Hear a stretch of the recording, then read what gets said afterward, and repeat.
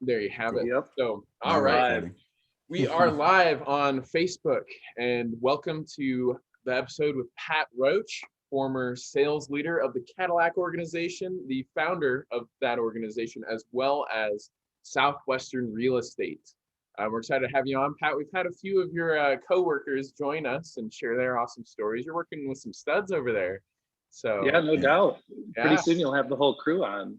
I remember, yeah, right. I remember when I first pseudo met you was at sales school when you did the balloon keynote speech, and I actually held one of those balloons that you popped. You did? So, yeah, I did. That was my second summer. So. Oh wow.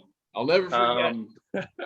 Do you remember standing backstage when I made a point like, this is not about you, this is about me? Yes. Let's not make it about you. Just do what I'm telling you. Don't make it about you. Hey, all I had to say to that is that's some big Patton Oswalt energy. I don't know if you're familiar with his comments, but you're a funny guy just like that guy. So okay. Legend. I mean, I do like Patton Oswalt, but I don't know that that's his thing. Tell me more. We'll talk more about that later. Okay. Andre, if you want to share some impressive stats from this impressive human as we start this episode. Yeah, first of all, thanks, Pat, for being on. It's so awesome to have you. This is so fun that we've been getting to know people from Southwestern who are legendary, and it's just been cool to get to know all sorts of different people. So thanks for being on. Wanted to share and brag about you a little bit. I mean, most of the people who are legends in this organization that we worked with, are also super humble. And so you wouldn't share this about yourself unless we asked. And so I wanted to share and celebrate you a little bit. So you went to Wheaton College and sold for 6 summers. You founded the Cadillac organization. Your first summer, you were the number 6 first year, who then Kevin Stitt, who's the current governor of Oklahoma, was the number 1 first year. Man, just a little bit. You almost had him. Just think what I could have been if I was number 1. You could, like, that's for anybody listening right now. If you're in the book field, like, if you're number 1, you could be governor someday. But if you only get to number 6, you'll be president of some real estate gig. Yeah, right. Yeah, not bad. Close 6th. Yeah. That's right. 13 summers, or I guess 13 years of a Southwestern career. You were at DSM for 6 of them, which is incredible. Excellence Award winner you won the DSM of the year 3 times, which is insane. Fantastic human being, of course. And then you recruited Sheridan McDonald and Dave Brown, some guys that sold some books. So that's right. Fantastic to have you on. Thank you for being here. Yeah, man. As I said in our warm-ups, I am a total fanboy. I am not afraid to admit I have listened to almost every single episode. And it's the first time I listened to it, I was like, okay, take the Action Catalyst podcast and then add a little Stern to it. And then it's like a little Howard Stern, and then you got what you guys have here, which is pretty impressive to be able to pull that off. Well, thank you. Minus the strippers and stuff like that. Yeah, right. Yeah. And offensive comments, but he's hilarious, no doubt. That's the edge that we like to bring to this conversation of like, hey, we all did this weird thing in college, right? Yeah, we did what now? Yeah, we've talked to dozens, if not hundreds of thousands of people, random strangers at their door about just helping their kids out with education. So who was Pat Roach way back in the day as a 19, 20, 21-year-old first learning about books, and how did you get recruited? Yeah, so I will say this too. One of the things that has really surprised me about listening to your podcast is how my story of my Southwestern experience has been so sanitized by the version that you tell all the time. And then listening to your podcast, it starts to break it back up into like the stuff that actually happened, because you hear other people talking about it and you're like, oh wait, that actually happened to me. Did we lose Andres, or is he just listening in dark? Yeah, I suppose this happens like on every episode, so I think it's kind of your shtick. A little bit, yeah. There he is. All right. So here's what I would say. So freshman year at Wheaton College, I decided I would go home. I was pretty excited to get home, see all my high school friends. And that was, I grew up in a town of 2,000 people in Wisconsin. So I got back home and I started working the restaurant I was working at, Clinton Kitchen, awesome, in Clinton, Wisconsin. And but I knew I had to make money for school, so I picked up a second restaurant job washing dishes at night at a fancy restaurant. And then I was like detasseling corn. Shout out to Matt Atchison. Yeah. I was detasseling corn in the morning from like 5 a.m. until like 8. Then I would leave that, ride my bike from the cornfields into town, change clothes, go to my first restaurant job, go to my second restaurant job, and come home around midnight. Wow. And so I was like working all the time and didn't have a ton of fun. I was just kind of like hanging with my friends when I could, but they were all busy and half of them didn't come home. Yeah. So sophomore year when I was at Wheaton College, I was the perfect prospect.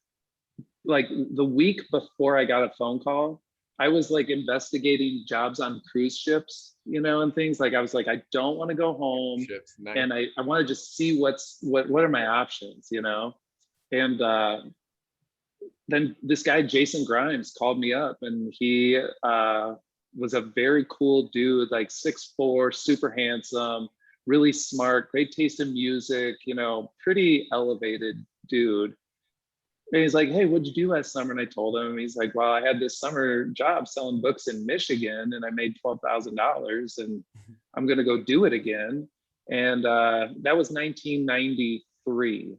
Nice. So, I mean, way back machine. And I was like, dude, I worked 3 jobs to make $3,500.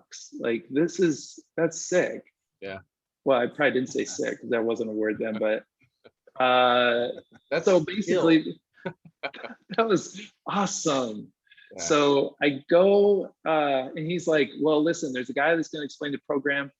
There's only a few seats. So, if I'm going to give you one of these seats, then I need to know you're going to be there. And I'm like, hey, yeah, I'll be there. I want to do it. I want to hear about it.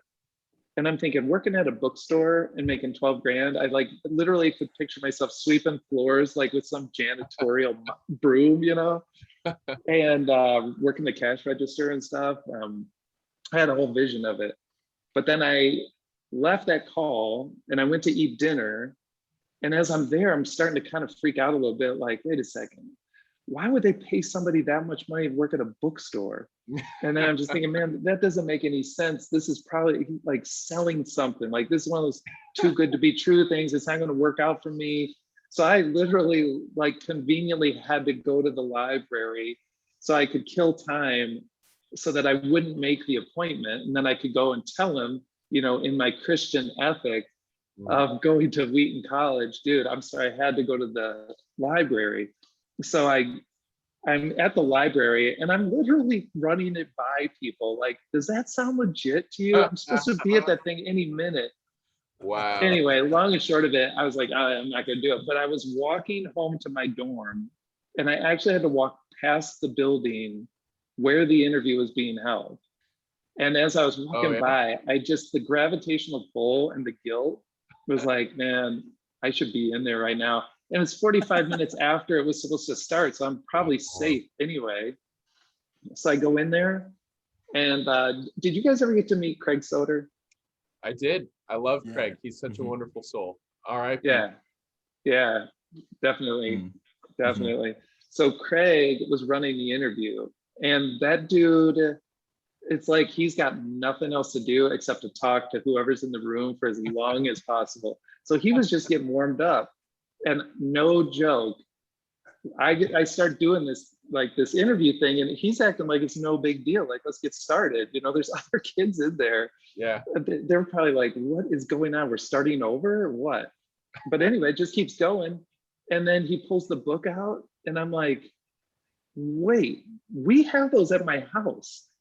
And he goes, oh, really? I'm like, yeah, when I was like 10, this dude came by, and my parents, like, they didn't have any money, but they were like, hey, this guy wants to talk to you guys about school stuff or something. And I was just getting ready to leave to go play baseball with my friends. I remember I was wearing my Milwaukee Brewers jersey that I was going to go play baseball in the empty lot.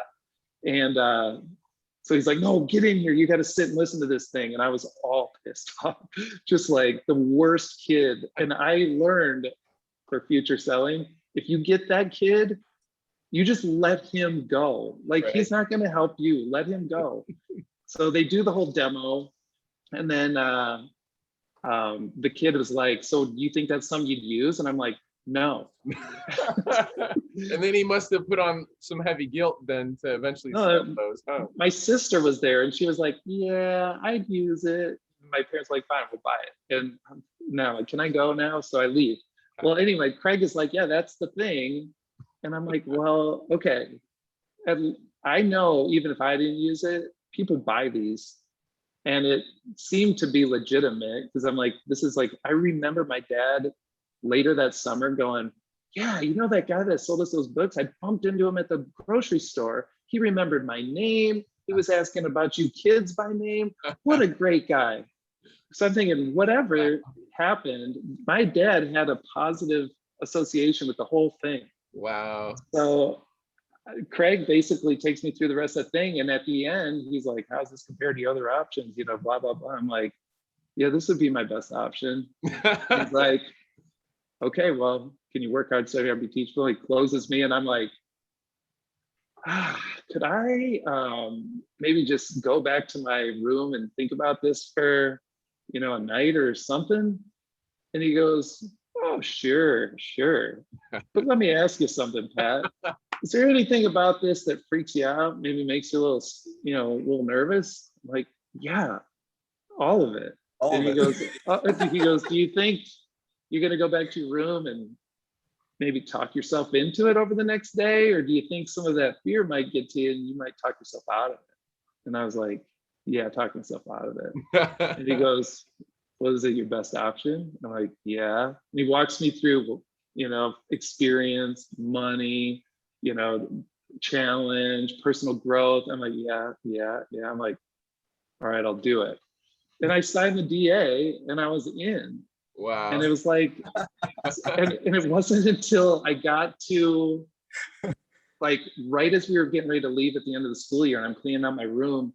Now, my student manager did a great job of meeting with me weekly, and he was like, you got to have this memorized before you leave, right? The sales talk. And then I'm cleaning my room out and I'm like, oh no, I found the sales talk. And I'm like, I got to know this by tomorrow. Yeah, exactly. What time of year were you recruited? Oh, got coffee stains on it. It was February. I was a February recruit. So it's perfect timing. So but I didn't look at it, you know, so I sit down on my bed and it's literally the sheets are off, like the room is empty. And I'm like, okay, I got to start memorizing. And then I was like, oh, I'm freaking out. I'm overwhelmed. I'm like, what if I just don't show up tomorrow? Like, they're going to leave. They're just going to go. And then I'll go home and do what I did last summer. And then I'll explain it when I see him at school next year. Mm-hmm. But that's how teetering I was, you know? And so eventually I was like, no, I'm not going to do that. I'm going to just do this thing and I'll work on memorizing it and we'll see what we can do. And so I went to my first sales school and I wasn't able to get through a full presentation until the last night of sales school. So you know it's going to be a good summer, right? That's right. I was like, well, I did it. Now I'm good. So let's go, you know, hit the book field or whatever. Yeah, that was how I got started.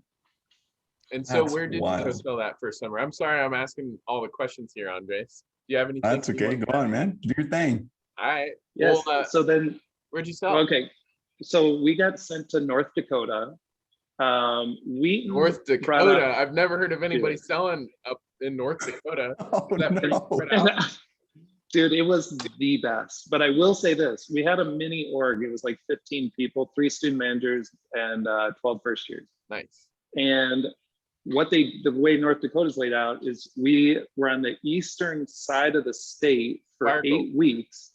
Yep. And I was in South Fargo. That was my high school district. Nice. And I worked all that. And then after 8 weeks, the entire org moved on a Sunday, met in Bismarck for a Sunday meeting, got our new territory, our new roommates, sent out, had to set up a new HQ and start work the next day. And Wow. the whole org did it. It was seamless. the 90s, just perfect. You didn't have PR issues to worry about. You didn't have people being super skeptical, so you could actually do something like that. And it was awesome. everyone's like, we're doing well anyway, so let's head on over. And I'm sure that was a pretty good org, it sounds like. I will tell you how good that org was, because actually what I learned that summer has been one of the fundamental building blocks of how I wanted to build Southwestern real estate, was based on that org. Because Todd McWhirter was the OL. Nice. And Todd, I think that summer sold like 13,000 units. It was like ridiculous. Yeah, I mean, he's top 10 all time, number 7, I think. So is he really? Yep. I mean, Nick knows this kind of stuff, man. Yeah. Just in the back of the Superstar book. So is it? Yeah. Todd yeah. 70,000 units. Oh my Dang, gosh, dude. yeah. I think he was on his 10th summer when I met him, and he would just like sell for 3 summers or three months, which would fill up his bank account, and he'd travel the world and then sell books again. Nice. And then he did grad school. Wow. And he just keeps, but anyway, he was such an impressive person for me, because he would, the very first meeting before any of us knocked on the door, he was like, you guys, let me just tell you what is going to happen for our group. All the student managers are going to be hitting President's Club probably by the 2nd week. Then, and we're just like, no way. And he's like, yeah, and we'll probably all hit Mort pretty soon, if not, at some point. We're like, Mort? Like, are you kidding me? Like, we don't know anything, right? And he goes, guys, it's not that big of a deal. Tons of you are going to hit President's Club this summer. Probably chairman, maybe even more. And we're like, no, we're first years. You can't hit President's Club. And he's like, it's not that big of a deal. And it was just like, whoa. Well, I will say this. Wow. Out of those 12 first years, we lost 3, okay? And I have a couple stories about that, but the 9 that stayed, 7 of them were in the Superstar book. And the worst kid in the org sold like 1,600 units. He actually won the Sizzler trip, and he felt like a total loser because he was the worst first year in our group. Wow. So it was something else. Yeah, a couple of those kids that were early champions. There was this dude's, well, I won't mention his name, but he was at my breakfast spot the first day, and my student manager Jason was there, and we're eating breakfast, and he literally is like, so Jason, what do we say when we get up to the house again? I completely forgot everything. He's like, the approach. And I was like, oh, this kid is gonzo. Right. And he was. Anyway. Yeah. Okay. But anyway, so we did all that. That was our first, North Dakota deal. And he was. Hold on a sec. So that the first summer when, I just gotta make sure I don't lose this later on. We're talking about, Southwestern real estate, but you mentioned that lesson that you learned. So I'm going to pin that as I'm saying this. And so just for that case, but as you're going along, and so, because I remember, so back to kind of what you were talking about, you were teetering pretty much the whole way up to sales school, right? Like you almost didn't even go to sales school. At what point did you go, okay, I have to come back for another summer? Or like, what happened to you that first summer that like convicted you to that? Or were you one of those where it's like, no way, never doing that again? And then, March of the next year. So like, I had a crisis my first day. So I was on foot, right? I mean, I brought a bike, but you couldn't really figure out we couldn't figure out even how to get it to my territory and stuff. So I was just walking all day, 13 and a half hours a day. You must have had some pretty strong legs then. Oh my gosh, I would get leg cramps all night. It was horrible. And our headquarters, we found some dude who had all these apartment buildings, and all the college kids were gone for the summer. So he's like, I'll rent you a couple of apartments real cheap. But we had no furniture. So literally a sheet on carpet was my bed. And I remember one of the first days seeing some dude throwing out old carpet padding. Like they must have gotten new carpeting or whatever. And I was like, hey, after he rejected me, you know, I was like, what's with all that padding out at the street? And he goes, well, it's just old carpet padding. I'm like, hey, so my roommate's gonna pick me up at 9:30 tonight. Do you care if I swing by and grab some of that? And he was like, you want my old carpet padding? I'm like, if you don't care. And Will Arthur swings by to pick me up. I'm like, dude, we're swinging by this house. No, I just layered carpet padding over and over, and then I put my sheet over that, and I was golden. It was like the best night's sleep ever. But to answer your question, Andres, so the first day at about 10:30, I remember knocking on the door where nobody was home, and I just didn't want to leave.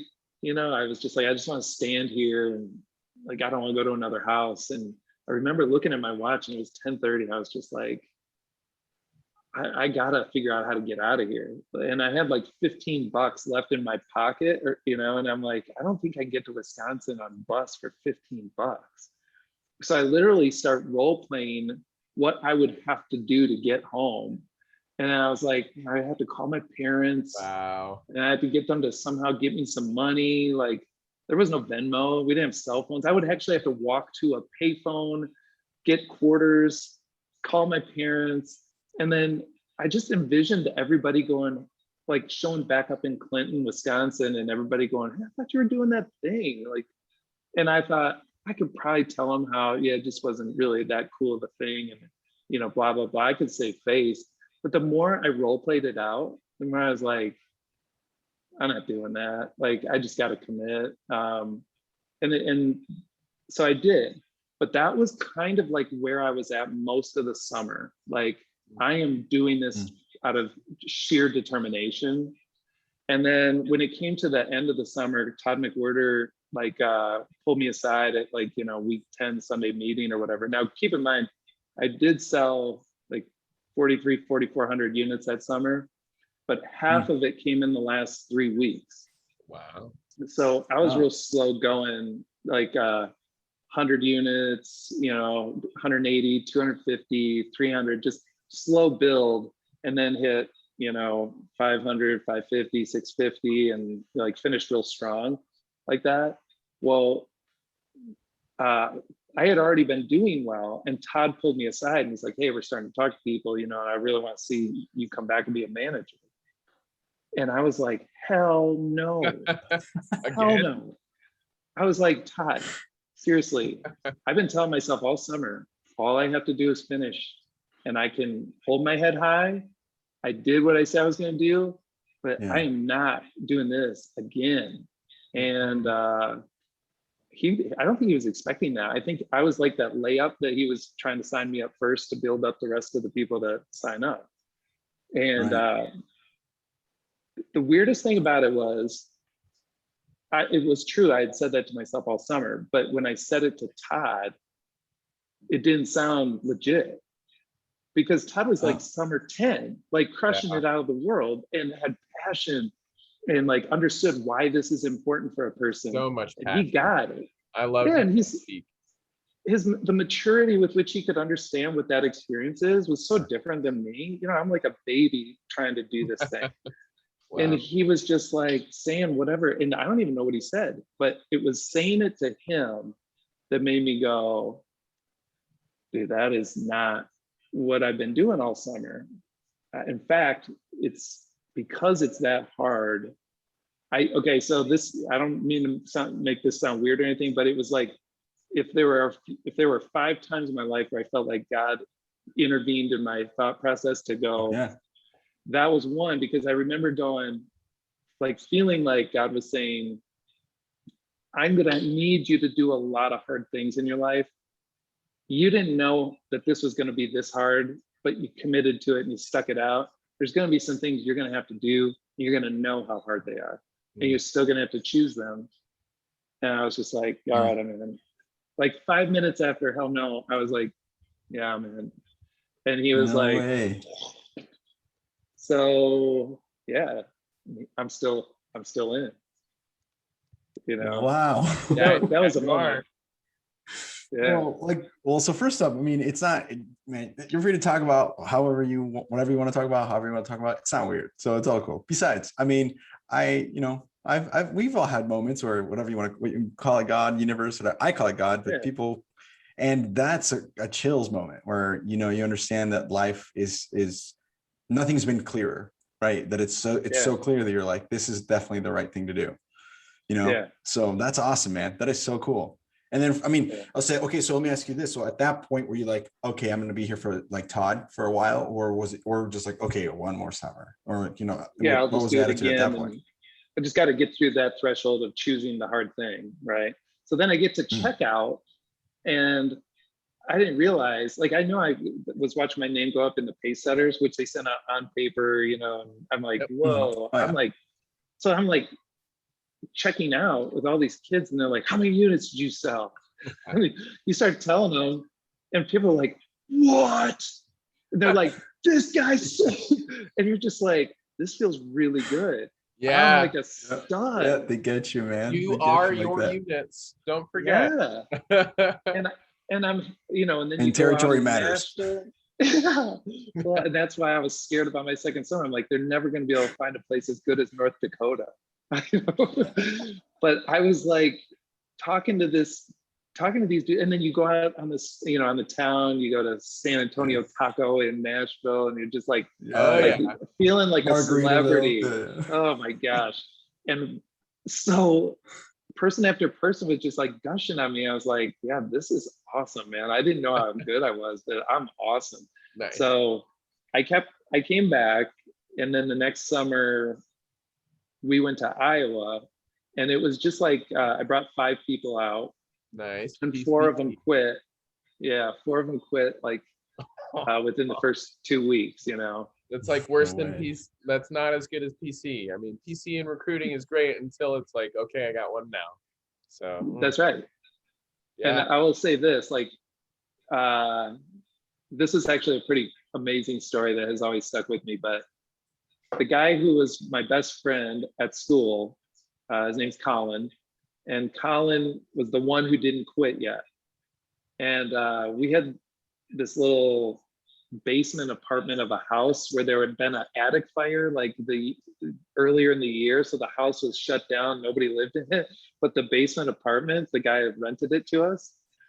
So we're in Southwest Iowa, and all my team's gone. And nice. I get home on a Saturday night, and Colin, I was like, hey dude, I ordered some pizza and they're gonna be driving by to deliver it, so I'll meet you on the back porch. Well, I guess I must have been talking to him because we didn't have cell phones, but whatever. So we're sitting on the back porch, the pizza's delivered, and he goes, hey, I got to tell you something. And I'm like, oh no. And we were best friends. And he goes, dude, I saw a sign for I-80 today. And you know, I-80 goes straight back to Wheaton, where a bunch of our friends are.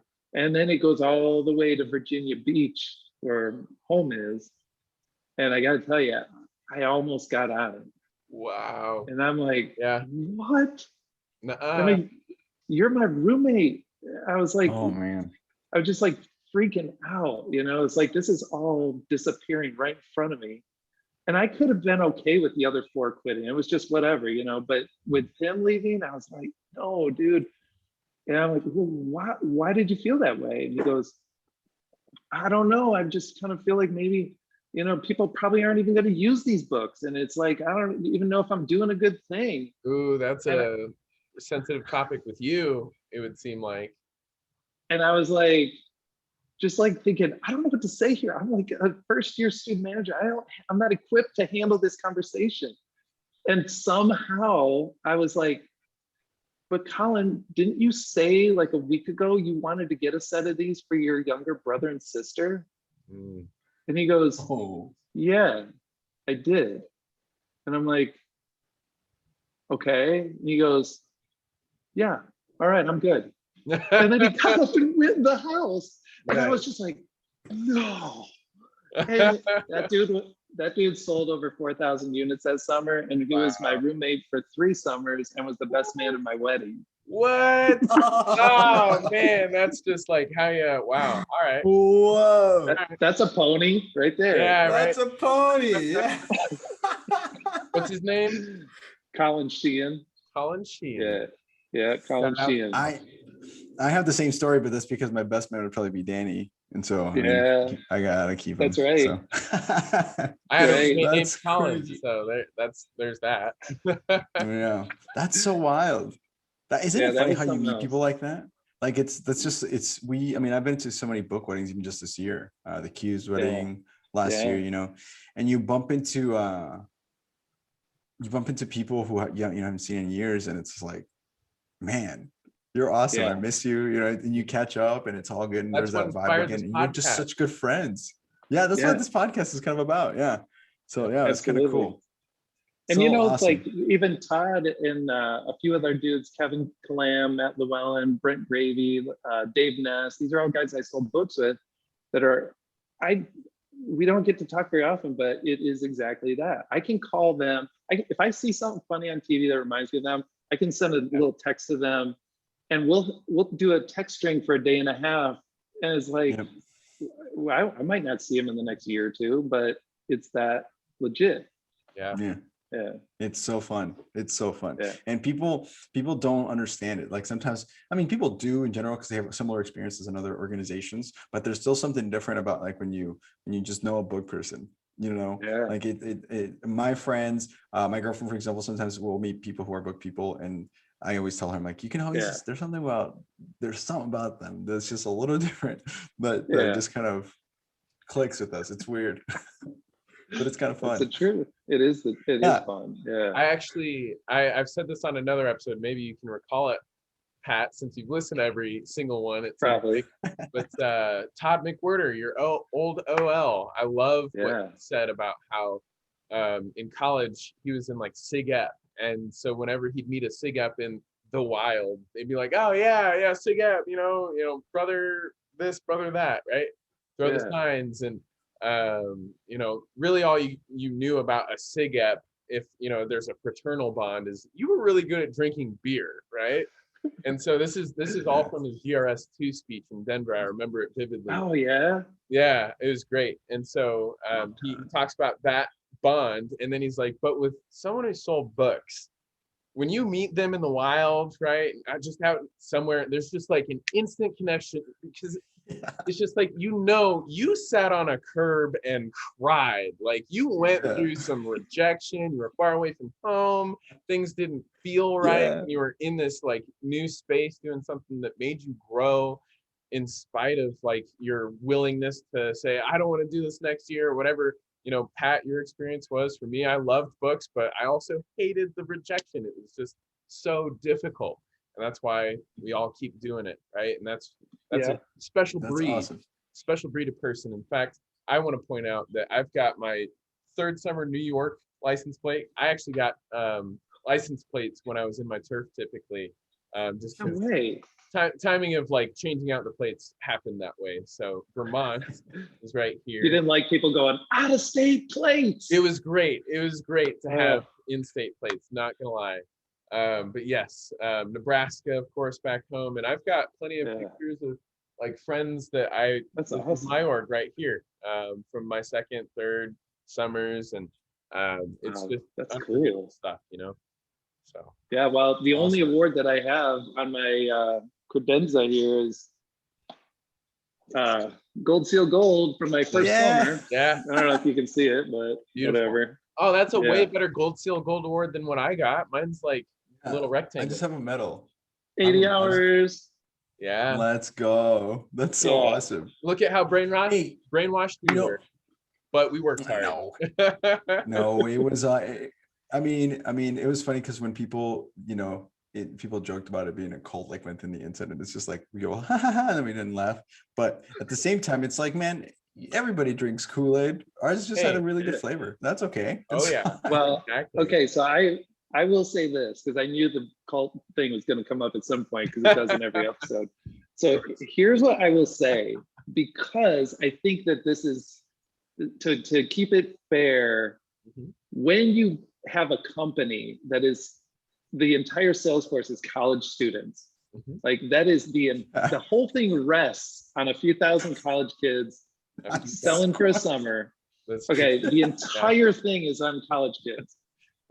Even if the company wasn't weird about like, you know, the little phrases and the mantras and the things, and it's like college kids would turn that into something weird, because that's kind of the fun that you have and need when you're in that thing, and the charisma that you want to use when you're bringing somebody in, and you want to make it into a group, and we all care about each other, and you know, blah blah blah. So in the freaking Superstar book, they have what fraternity or sorority they were a part of, right? So it's like, of course, you've got all that culture of like organization. You got there you go. You got your presidents of your sororities and your fraternities be like, I want to go run a business and like be a stud and travel and earn a big paycheck and be a leader for other people that can do the same thing. That's just like, I don't know. That's a unique setting for sure. There's nothing like it compared to really any.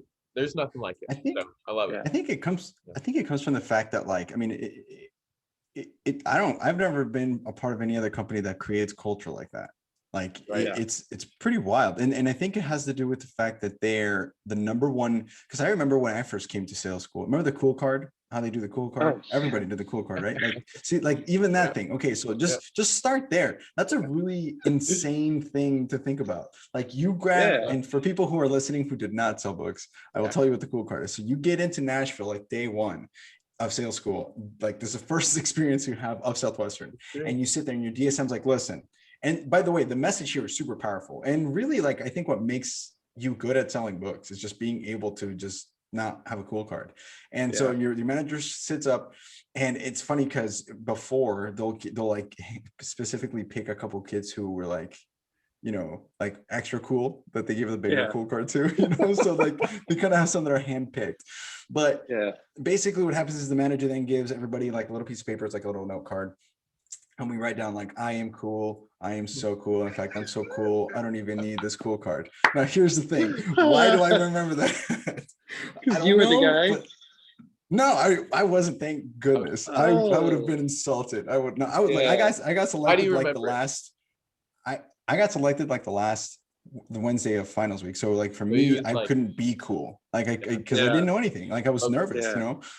And so, but anyway, so they gave you that. Oh, I don't know.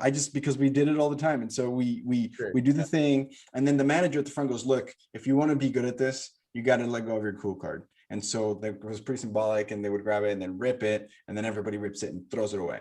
And so the point of it though, and this is back to the original thing, was that that's how you create a culture of people who, because to go do this thing, you have to just not care. And really that's what makes you good at like other things in life. I think is is it scary? I don't care. Is it awesome? That's cool too. Like the ability to just do it anyway. Whether it's scary or if it's hard or if it's long, just do it. And it's okay. And and if it's a mistake, learn and move, just roll out. And if it's a successful, then great, you know, and that's how it starts. Like that's day one. And so that's naturally going to create a culture, because it's for the first time in your life that you're told, hey, you can totally just be yourself. And actually that's what will make you really good at this, you know, and and you're awesome and you can really be great, and where you're going to be exposed and you're going to get to grow, and nothing else is ever going to challenge you like this, or nothing has ever challenged you like this. Right. And so, I think that's pretty cool, you know, and just taking the idea of you've got to get your ego out of the way in order to do this thing, because it can be pretty lowly when you're first getting started. Right. You think about like how, like, okay, did you guys ever watch, no, I'm sure this was before your time, but you might have seen this on other places, Pee-wee's Playhouse? Like Pee-wee Herman's Pee-wee's Playhouse? I didn't watch it. There was a little thing. Okay, so when I was like in high school, that came out on Saturday mornings, and my brother and I, you know, would watch it, and it was like the craziest Saturday morning cartoon. It's like for stoners, you know? So there was a thing where the doorbell would ring at Pee-wee's Playhouse, and he'd get all excited and run to the front, and the door would fly open, and there would be a guy whose head was like, you know, 3/5 of his body, and he'd be like, hello, sir, do I have a deal for you? And he'd start doing this little shtick, and he'd slam the door, and he'd be like, salesman. And I'm thinking, like, I was literally in my first 2 weeks on my first summer just walking around going, this is indoctrination of people. Like, how did I miss? Door-to-door salespeople are the lowest form of salespeople. And I just like would beat myself up, all reflecting on Pee-wee's Playhouse. Oh, wow. But eventually it becomes your badge of courage, you know, where it's like, Yep. no, this is a good thing. I'm doing a good thing. I will override all of society to prove that I can do this thing. Right. Mhm. I Whatever. want to awesome. give you I want to give you some shout out praise here, Pat, because my first summer I was given an advanced sales CD that had like 9 different tracks on it, and it was each of the different portions of the cycle of selling, and you know, as the approach all the way through close, it was 9 Yeah. or whatever, and you did the introduction, and Mm. Really? yes, I loved that little like 4 or 5 minute little track of you talking about the introduction as a way to build up what you're doing in that community. Because Yeah. I mean, it's kind of right in line with what you're just talking about. When you like have this, oh, woe is me, victim mentality, Yeah. going into knocking on doors, selling kids books, of course you're gonna get the shit kicked out of you, man. Like, nobody cares. Nobody cares until you can Yeah. generate interest. You can name names of neighbors. Like, everything's going so well, right? When you can have an air of success, is what you talked about. People Oh, are yeah. like, wow, okay, all right, this is cool. And so you're just like, even if you're like, you have had no sales, it's like Friday and you haven't had a sale and you're just like a struggling person, you're just like, still brag about your church. Like, everybody's really cool here. Everybody's buying something for their kids' education because everybody cares about education. Why does it matter to you, Mrs. Jones? And Wow. that was like my favorite part of that entire CD, and really helped me like get into my groove. And it was just kind of cool that I'm getting the chance to chat with you on, you know, through the internet, and share jokes and stories about the same cult that we enjoyed. Cult, of course, The being cool car. short for culture.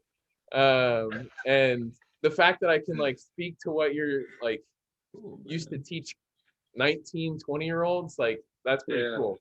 And it's also pretty weird, but it's also the only reason why we're here right now. And Yeah. you've done a great thing for a long time. So that's awesome. Keep it up. Thanks. I'm glad that that was helpful for you. And actually, if I had to talk about any part of the sales, cycle sales, the intro is the best part. I mean, Oh, come yeah. on, they gave me a cherry on that one.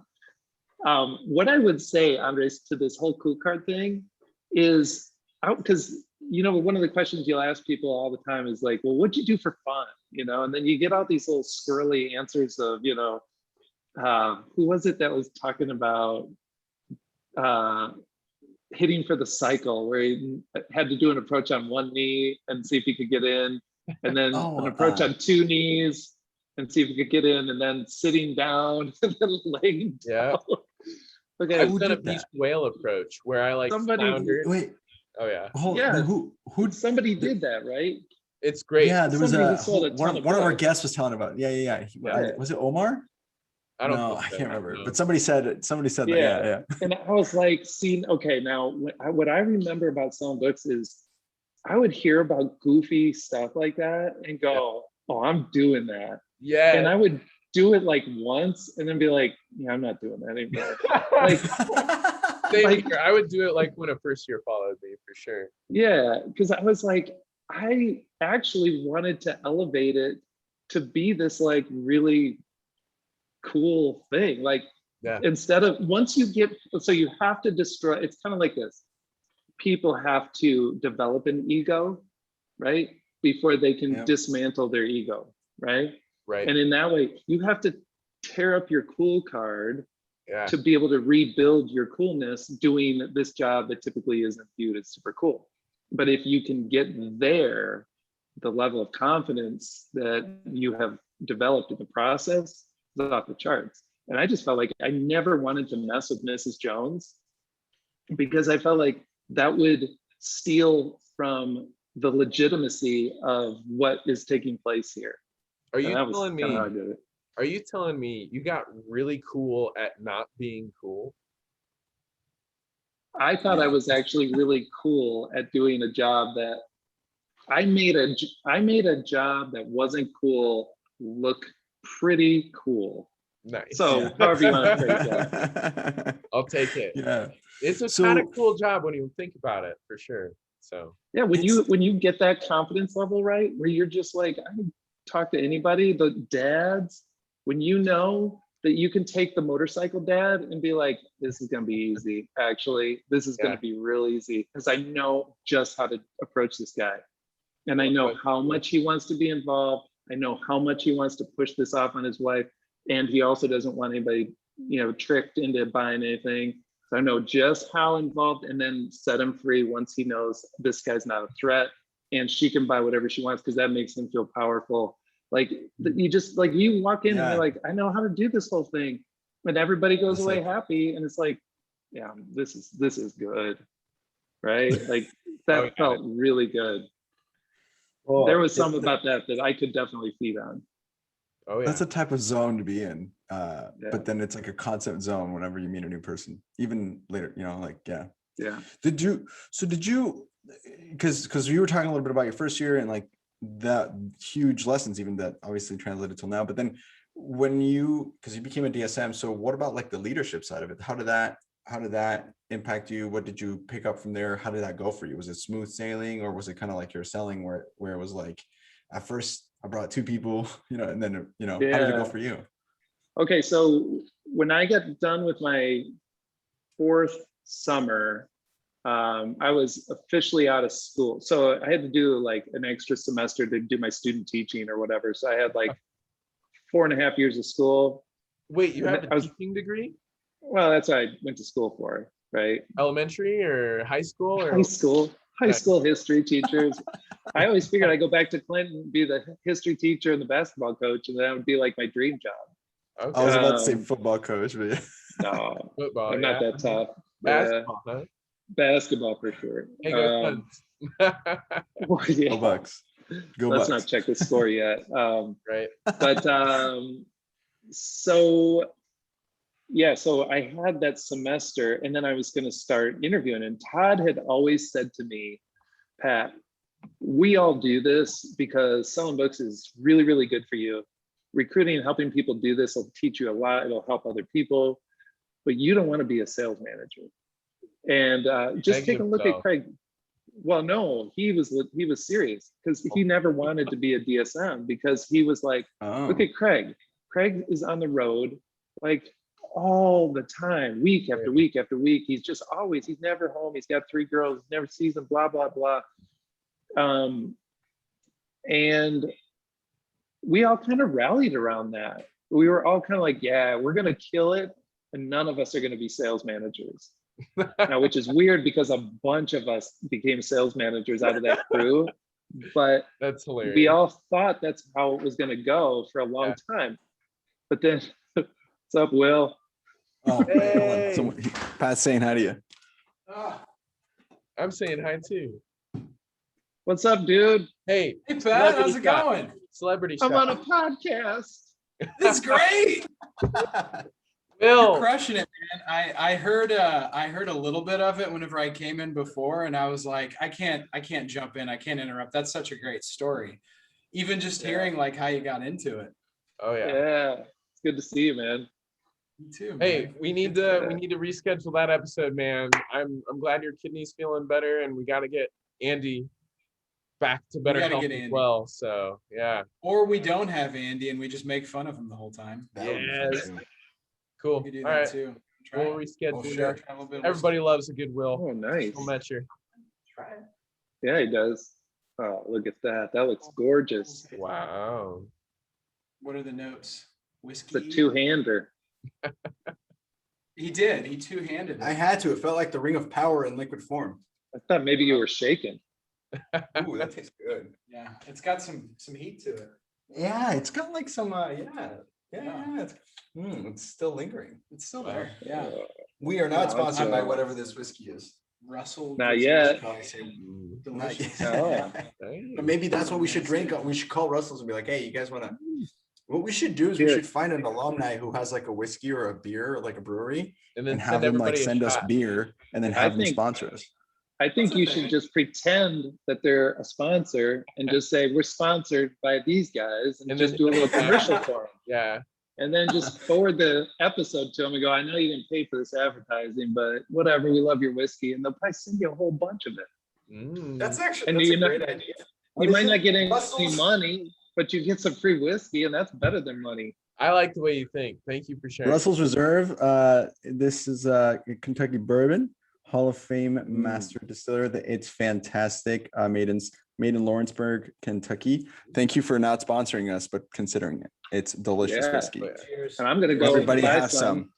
I'm gonna run over to Everybody Binny's go right get after some. this and go buy a bottle. Mhm. That's Oh, yeah. right. I gotta go buy a If bottle. you're too. listening, I don't live drink right and by the drive. grocery store. That's right. Okay, you guys have fun. Thanks, Well, this will Dad. all get edited out. Don't I worry. know. Oh, we'll leave that live. We gotta leave anytime while Metro Giraffe gets in. We gotta. So what are we talking about? We're I was talking about asking some- about. Oh the yeah, D- about becoming a If sales you guys wanted to manager. be DSMs, yeah. Okay, so here's what happened. So when I actually got done with school and I started interviewing, because I was like, I definitely don't want to teach school. Like, I don't know what I want to do, but that's not it. I just thought it was going to be like, I didn't think it was going to be my thing. So I started interviewing, and I interviewed at a bunch of different places. And I was like, man, I'm crushing it in these interviews. But I'm also crushing it pretty much exclusively because of stuff that either Southwestern showed off about me, or I was able to exhibit because I had loads of confidence in talking with people Of course. because of Southwestern, right? So then I started to have this thought process where I was like, well, wait a second. And Craig Soder was talking to me the whole time about being a sales manager. And so I was like, okay, first off, now that I know that I can get a job, like scratch that stressor off the list. I can get a job, and it could be in one of these different fields. Then I was like, all of these fields, I actually could make enough money to pay my bills for sure, and probably even do pretty well. So I'm like, wow, okay, I can get a job, I could make a living, and that's good. And then I was like, well, what would be the product of my work? And someday I'm going to die. And what would they say, you know, because your working hours is pretty much what you spend the majority of your life invested towards, right? That's You got the your, dash. what's that? That's the dash of your life. The dash. Yes. Yes. Mac Anderson. Yeah. So it did make me go, well, if I'm going to spend that much time doing anything, then which of these industries would probably be the best use of my time? And all of a sudden I was like, man, I would love to talk to people about selling books. Like, that's a game changer for every person. Yeah. So then I circled back around to Craig, and I was like, Craig, I know I've been telling you no, but I think that's what I want to do. Because I also can. Rory Vaden. He talks about that in Procrastinate on Purpose, the significance calculation. Like, what's the biggest impact you can make? How can you leave a legacy? And yeah, I mean, recruiting a bunch of people to sell books and changing their life in the process. Definitely a good use of time. So that's exactly what it was for me. So I also kind of had the feeling, and I remember telling Todd, I decided I'm going to go full-time with Southwestern. And he was like, you don't want to do that. You don't want to do that. Yeah. You look at Craig's life. You're not going to have what you want. You're going to want to be with your family. I was like, dude, okay, first of all, Craig's been doing this for like 30 years. Okay. He's got hundreds and hundreds of kids to work with. I had like 15 or 18 people in my natural organization at that point.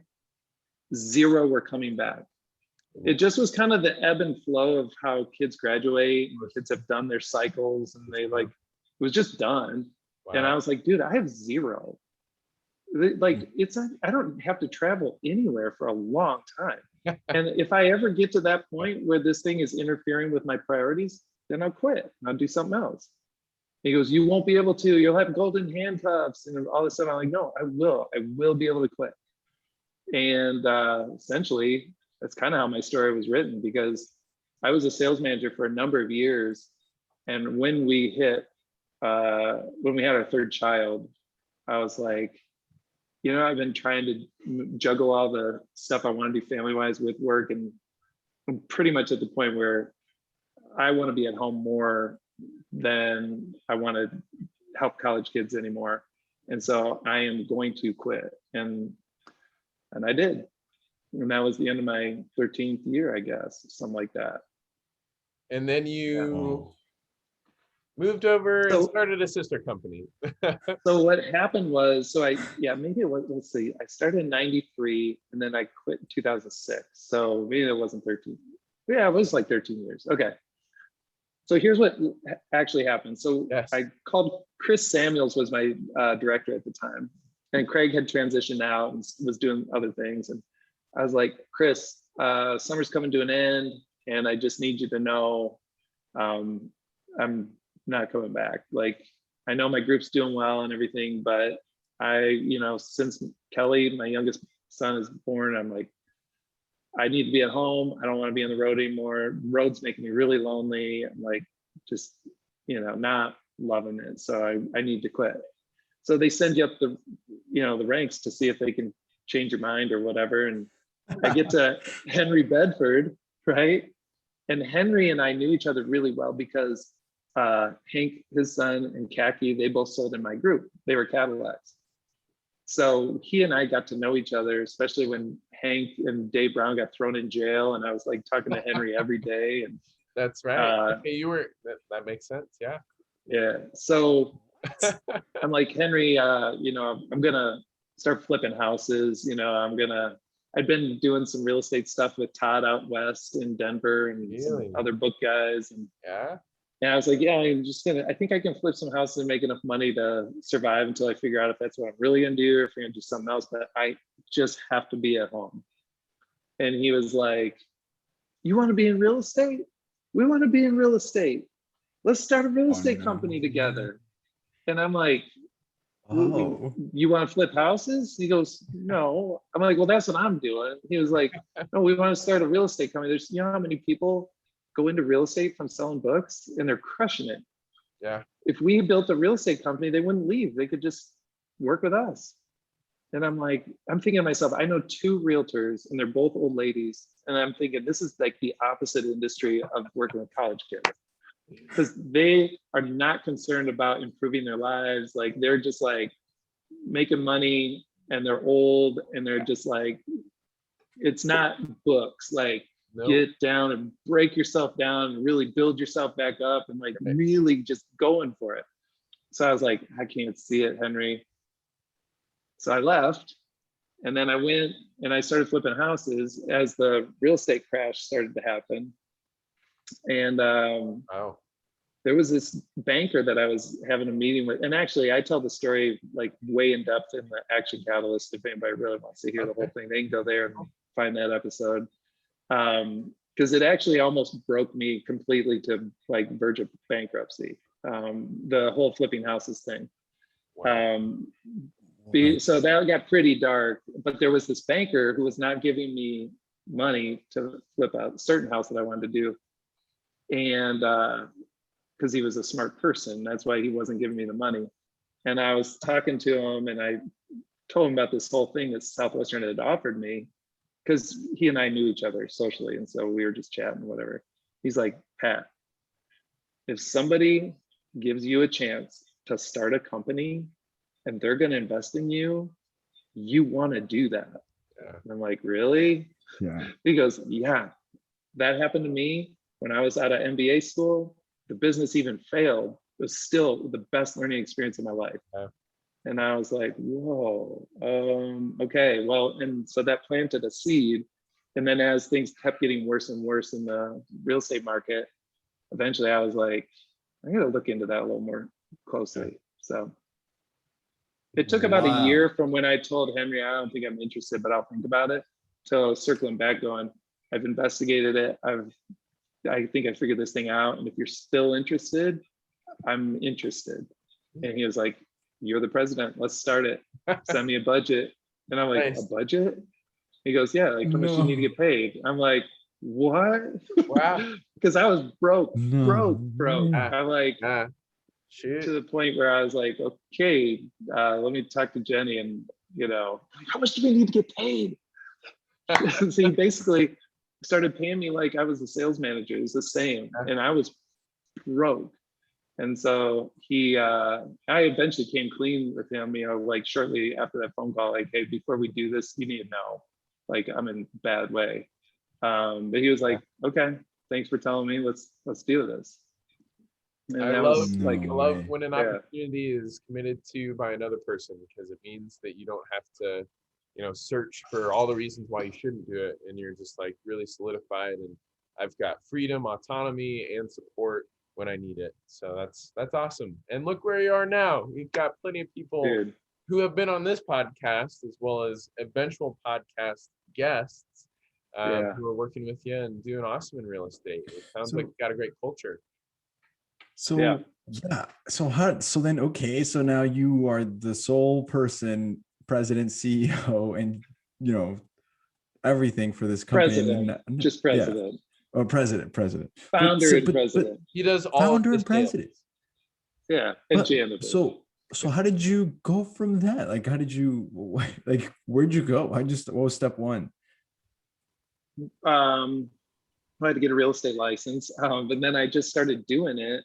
And I had figured out like a model that I wanted to follow, and I was doing that. And then, but I was a one-person company for the first 5 years because I had to figure out how to get my sales up. And the recession was like worse and worse every year. Yeah, But I kept growing my business. that's awesome.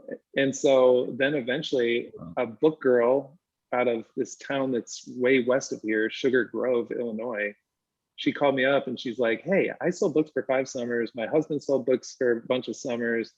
My kids are almost all the way in school. I want to learn how to sell real estate. I want to work with Southwestern again. Wow. You think you could teach me?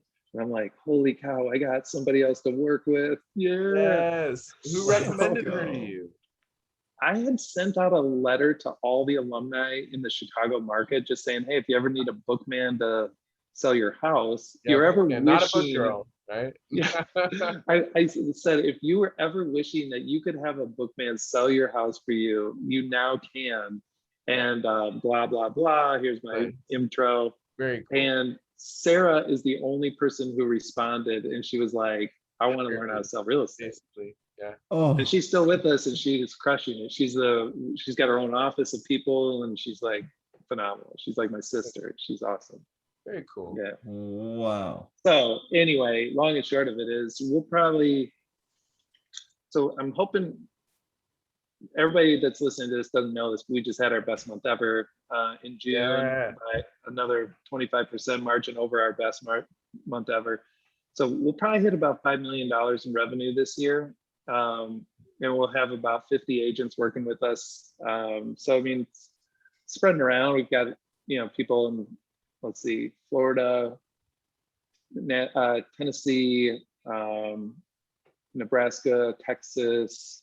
We're going to be starting in Colorado here before the end of the year. Love 2 Colorado. offices in Illinois, and then we started an office in Monterrey, Mexico. Oh, With Yes. you did. Pepe. I don't know if you guys know Pepe Ramirez, but Yes. I love Pepe. man, Awesome. yeah. Cool. So huh. Dang, man.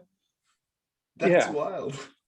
yeah, it's weird because whenever like this year, so last year was my best year ever. I sold about a little over $19 million of real estate. I've 2020 already, people had like moving fever. It really Yeah. transformed into a seller's market this year. Yeah, during COVID. Oh, wow. and this year I've already sold more than 20 million. So halfway through the year. Wow. And so Pat, it's like, slow down. I'm not broke anymore, but you know what my instinct is? It feels so good to not be broke. Like, I don't care how much money Yeah. I make ever. I think my thought process will always be, it feels so good to not be broke. There Because you are. that sucks so hard. Yeah. Really bad. Damn. I mean, you said Damn. yourself that you grew up in that, didn't you? Yeah, I mean, it was like my dad had a factory type job, and if they did layoffs, well, then we were like getting government cheese, government rice. Yeah. This is one thing I'll never understand about why they do this at school.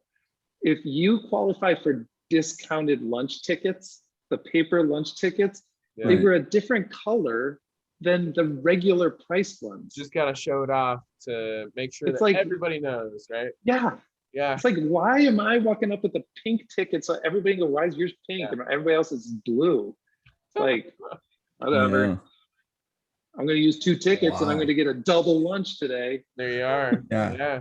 That's right, Peter. It's just weird that, yeah, like that kind of thing. And I think that was always a big part of how I process Southwestern is like, I can't be that much better than everybody else. Cause like, I'm from Clinton. Like not, I love Clinton. I love it. Most of my family's still there, but it's still, you come up from that and you just think, well, everybody else is more talented. Everybody else is smarter. Everybody else is better at stuff.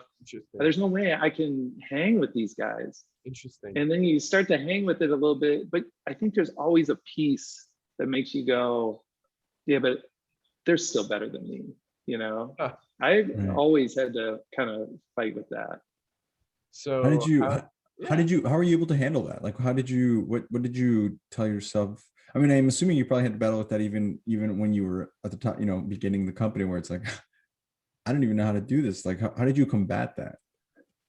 Yeah, I think my self-talk changed a little bit when I was starting a real estate company because I had all that experience with Southwestern that I was able to transfer my confidence onto that. So like I could go, most realtors are idiots and I sold books a bunch of summers. So actually I'm going to crush it and I'm going to show them all. And the truth of, so it's like, I kind of took that and turned it into real estate to where it was my, slight edge or whatever. Yeah. Right. But the problem is actually that was false too, because most realtors aren't idiots. And I had so much to learn. I didn't even know how much I didn't know. So it was like, it was totally misguided too.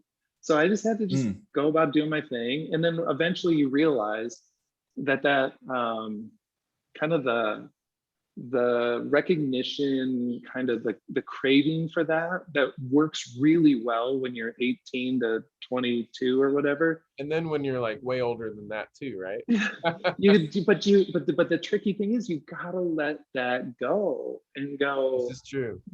This is good. This is helpful for me and I'm inspired to do it and stuff like that. But who cares, right? Because we all say you are not your units, right? But that's actually a pretty elevated thing when you're in the culture. And most of us say that because we know it's the right thing to say, but we don't really believe it until you actually mature beyond it to where you can go, whatever. I can tell you guys how great I am at selling real estate right now. And the market could crash in a couple of years and I could be struggling and just like clawing and fighting for survival. And nobody's going to brag about that on a podcast, but at the same time, am I more or less of a person because of that? Uncontrollable right there, right? And when I've seen how you can lose it and I've seen how you can get it, you go, oh, actually, I am somebody, regardless of success, failure, whatever, there's an essence of Pat that was created that's just fine. It just is. It doesn't need a lot of judgment around it. Just there's a thing called Pat Roach, and that thing is good just because it was made, and that is very freeing. So I really actually have to come back to that.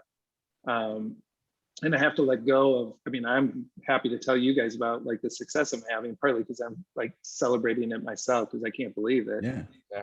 And I also want to go, that's a fun thing to talk about, but let's get real here.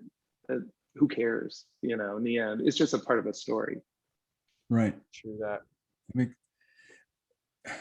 Wow. That's an interesting. That was yeah.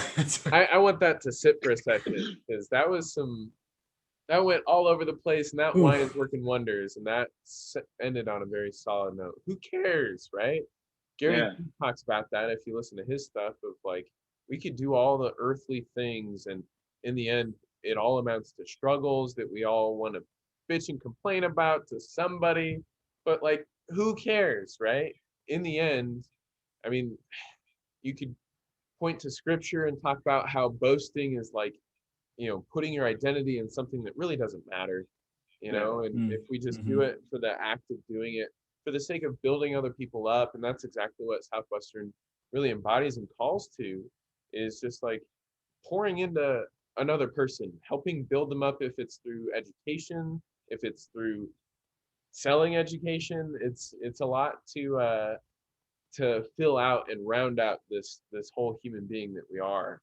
And balance, of course, is another one of those themes of those episodes you've been listening to, right, Pat? Where it's like, the schedule is this and the balance is that. And I think that there's seasons that, I'll just say this, my longstanding opinion is like, do a full throttle summer, at least like 4 out of your 4 years of college. I think that books is great to do for a year's worth of time over 4 summers, right? Yeah. Really ingrains into your character. So I don't know. What do you got, Pat?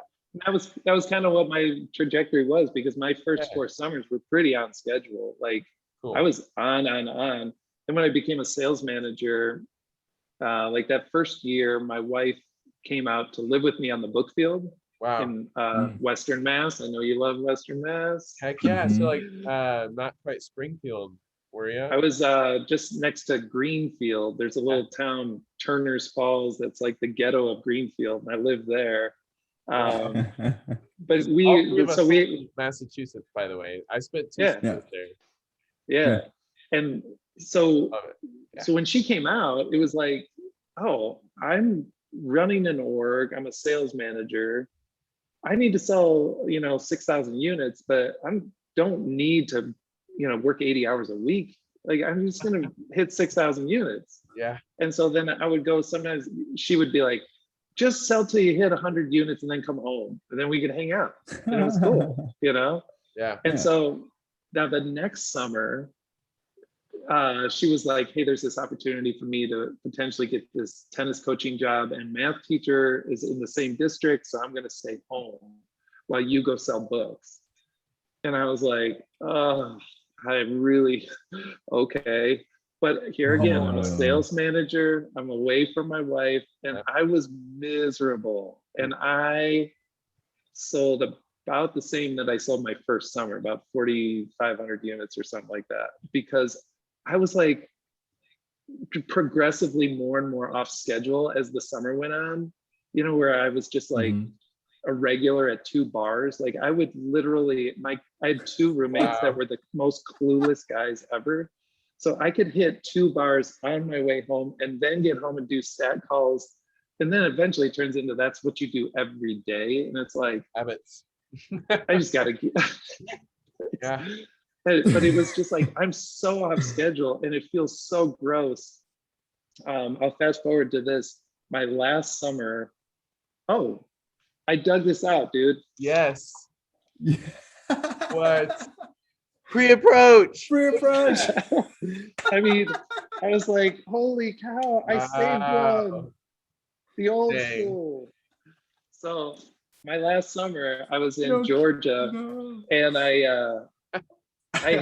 Craig was like, listen, just go for 4 weeks, get everybody set up, because you got new OLs, you got a big org, you got a lot of people, and then come into the office and teach you how to do all that.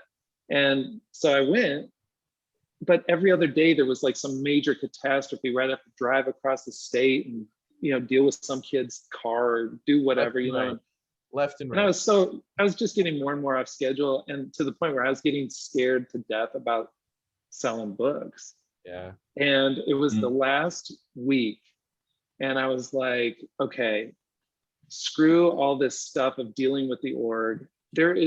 If I go into Nashville scared of selling books, I will feel like a fraud as I'm coaching kids for the rest of my career. So I was like, I just got to put my head down and go to work. And the next 3 days, I just worked at Total Book Field, and I hit 130 units, 133 units, 135 units, and that finished my thing. And I was like, wow, I feel good. Like, I'm recalibrated. I can talk to other people about this thing now. And I dug myself out of off scheduleness, like whatever, We've all been there. Wow. We've all been there. So what you're saying is the answer to every problem lies behind the next story. Because you just went to work. Yes. Yeah. It works when you work. Tallapoosa, that's- Georgia. That's where it was. That's where I finished out. Cool place. Wow. Tallapoosa. Hey, real quick, specific question, and we can get on to whatever topics you care to share about. Danny Gamboa, brother of co-hosts Andres Gamboa. Hilarious dude. Hilarious dude. Oh, he's awesome. He's Danny's so fun. I saw him work the Freddy's. yeah. And Yeah. first of all, I Yeah. was like, why did they ask me to do this? And then I watched Danny do it. And I'm like, oh my gosh, dude is good. Oh, he's Really a good. performer. Dude is good. He's a performer. He Yeah. gets it from his older brother, who also Yeah. yes. So, what advice would you have for real estate investors in today's market, 2021? It's been crazy. Prices shooting up. Sellers market. What advice do you have for first-time real estate investors Wow. or any real estate investor?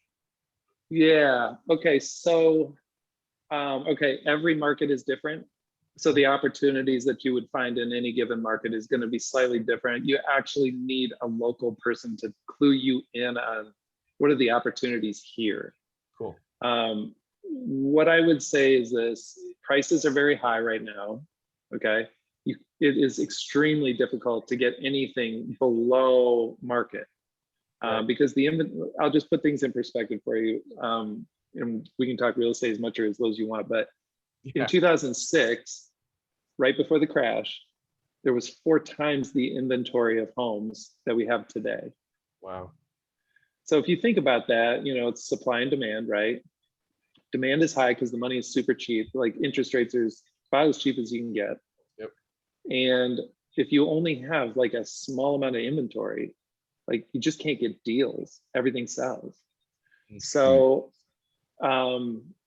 so the question is, well, what are prices today relative to where they're going to be? And nobody really knows that, but I think it's healthy to go into it going, all right, if I want to get something, I need to run the numbers to see if I can afford it now. So if you're going to get something where it's a rental property or whatever, you need to make sure it's going to cash flow enough so that you're not upside down on it. And that you also have to budget in a certain amount of vacancy and things like that, stuff that's going to come up. If you can afford it now, then don't worry about if you're getting a steal on the purchase price, because it's probably not going to be your deal. If you can afford it, then go ahead and do it. I think generally speaking, most people are confident that prices are going to hold for or go up for the near future. So maybe you get another year's worth of appreciation before things flatten off or whatever. I mean, I'm kind of guessing. I'm not like an economist or whatever, but with inventory this low, the conditions should be stable. The other thing that was really different and why I don't think this market's really going to like burst or anything, I don't think it's a bubble, is right before the crash, the down payment amounts that people were putting on their loans was extremely low. So you had a lot of 0% down loans. You had people that were, 3% down, things like that. And then when the economy gets shaken, those people are the most vulnerable. They go belly up. All that stuff floods the market as a foreclosure, tears everything else down, blah, blah, blah. I would just say today, people have the loans that you have to get into to buy property require, generally speaking, you can still get a 3.5% FHA, but most people are putting 5, 10, 15, 20% down. So the market is way healthier. Right. And so it's probably not going to blow up because they're just not offering these garbage loan products anymore. So right. I don't know if that answers your question, but the point is, if you can afford it now and you can maintain that, then go ahead and buy property. I wouldn't be afraid of it. Cool. So coming from I didn't even know Danny was property watching. seller right there. Danny, call me, Danny. I'll help you. Oh yeah. I'll put you in contact with somebody who can help you. Is he in Nashville? Where is he? Is he in Lincoln? Lincoln, Nebraska. He's in Lincoln. Oh yeah. He's being a dad. Grant. That's what I heard. Yeah. Congrats to you on property out there. Yeah, Did Grant help him? It's a cute kid. Yeah. Grant's down there. Yeah, they chat. They chat. So that's a resource right there. Oh yeah. Speaking of Grant, if you're listening, we got to get you on here, man. So get on here. And if you're in the Lincoln market or Omaha market or Nebraska market, buy a home from Grant Greeter. Grant is Danny's realtor. Yes. Okay, good. So, He's in good hands. Oh, Yeah, Yeah, like Allstate, Grant but we Salon. are not sponsored by Allstate. But we are maybe by Russell's Bourbon. That's good. Hey, Bucks are So up then, 15 at halftime, by the way. Oh, yes. Okay, thank you. Hey, I needed that. Giannis is a two-time MVP for a reason, so we gotta That's respect right. the chops there. Yeah. as you talk a little bit about when you were growing up, did you have like a mentor helping you out as you were like building Southwestern? Like, who did you look to, right? Like, where were you getting your wisdom from? For when you're talking about starting Southwestern real estate. Real estate, yeah. Sorry. Oh, so this was super cool. And actually, this is one of those things that I have tested this in other arenas. Andres, I will say this. So my main point of contact was Henry. So Henry and I would get together and he'd go, well, tell me what you learned so far. And I'd go, oh, I can't wait to tell you. And I would tell him my listing presentation, and he'd be like, that's awesome. Or I'd do my buyer meeting with him. And I'm like, because here's the stuff that you have to think about when buyers are, getting ready. And this is the stuff I've learned. And he's just like, wow, that's so interesting. And we're, it was like just having a friend who knows a ton about business, who would just, because he's like, he doesn't know anything about real estate business. He's just a business person. When he was figuring, I would learn the real estate part and we'd put our heads together and figure out how to make a business out of it. Right. And I just remember on many occasions, we would get to a crossroads and I go, yeah, Henry, I mean, I've been just crunching, like just kind of going over this. And I just can't figure out what are we going to do when we deal with this situation with the business? And he would say over and over, well, let's just think about it. If we were selling books, what would we do?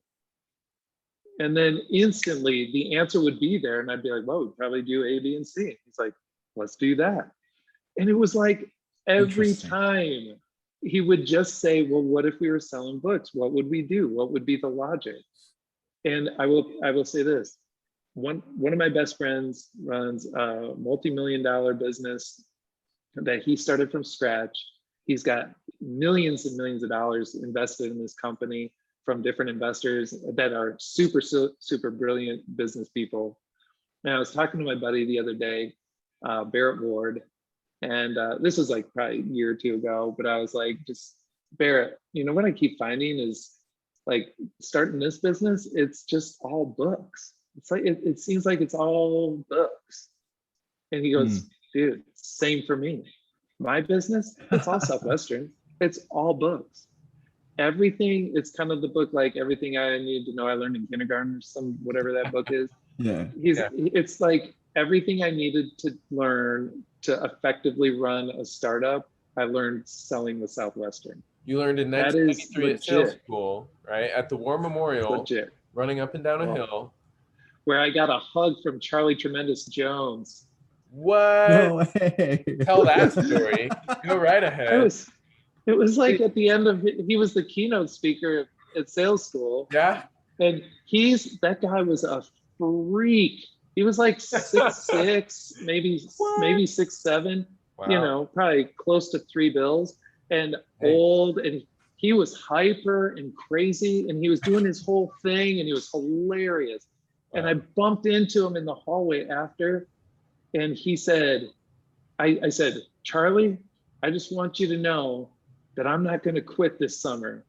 And he goes, woo! And he puts his arms around me and latches his leg around me. And he's just like, oh! And I was like, what just happened?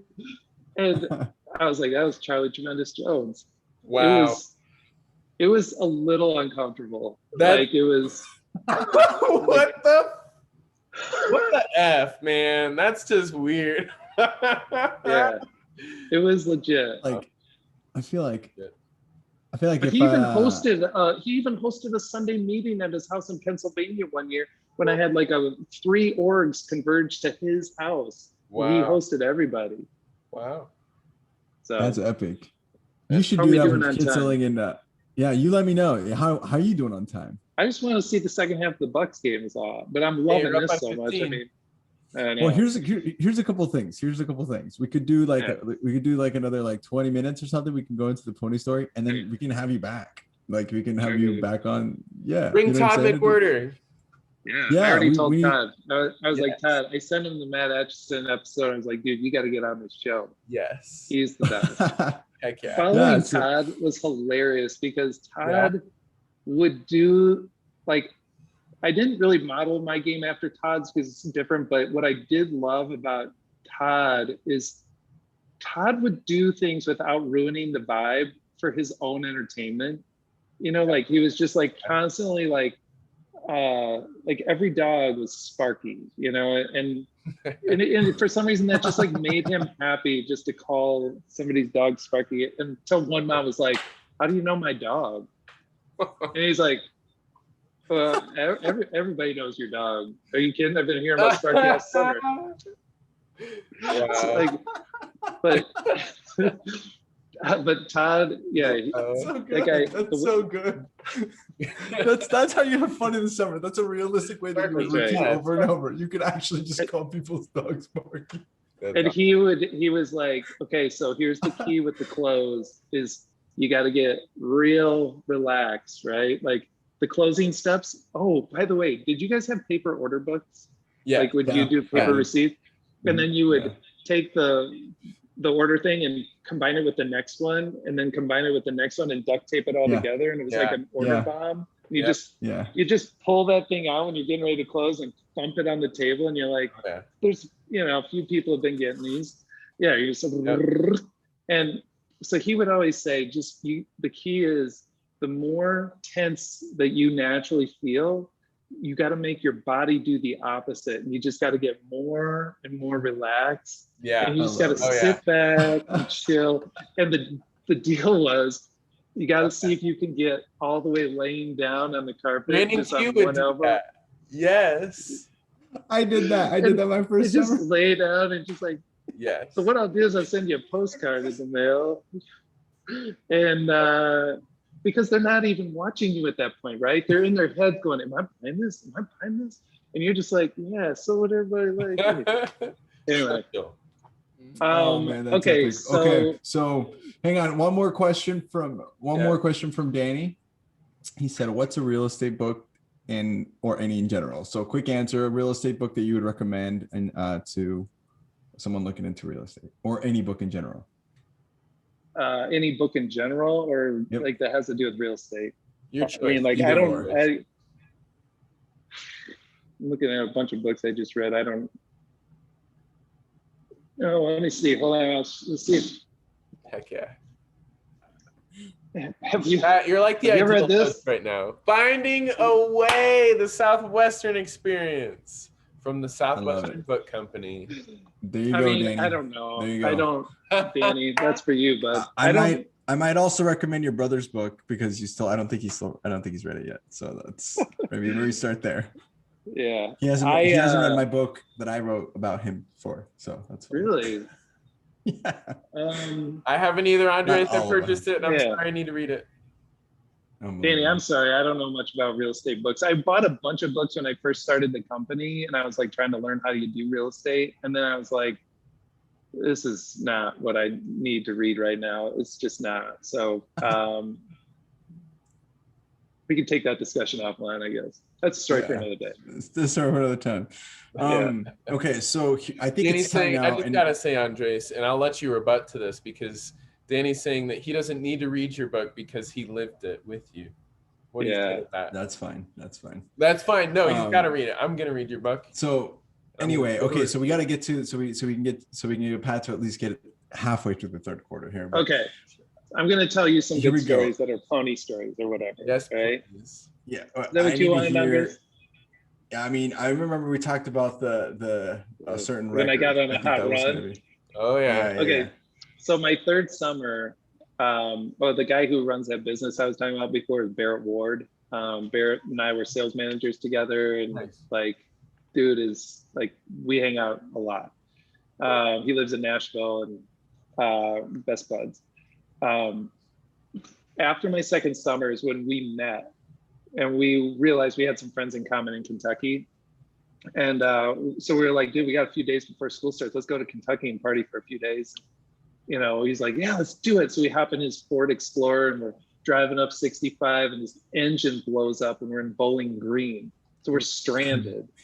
And he took me, so we go out for dinner that night as we're staying at the Holiday Inn, and we started talking about books, of course. And he was the one that was like, dude, hitting 1,000 units in a week is no big deal. Like, it's not a big deal.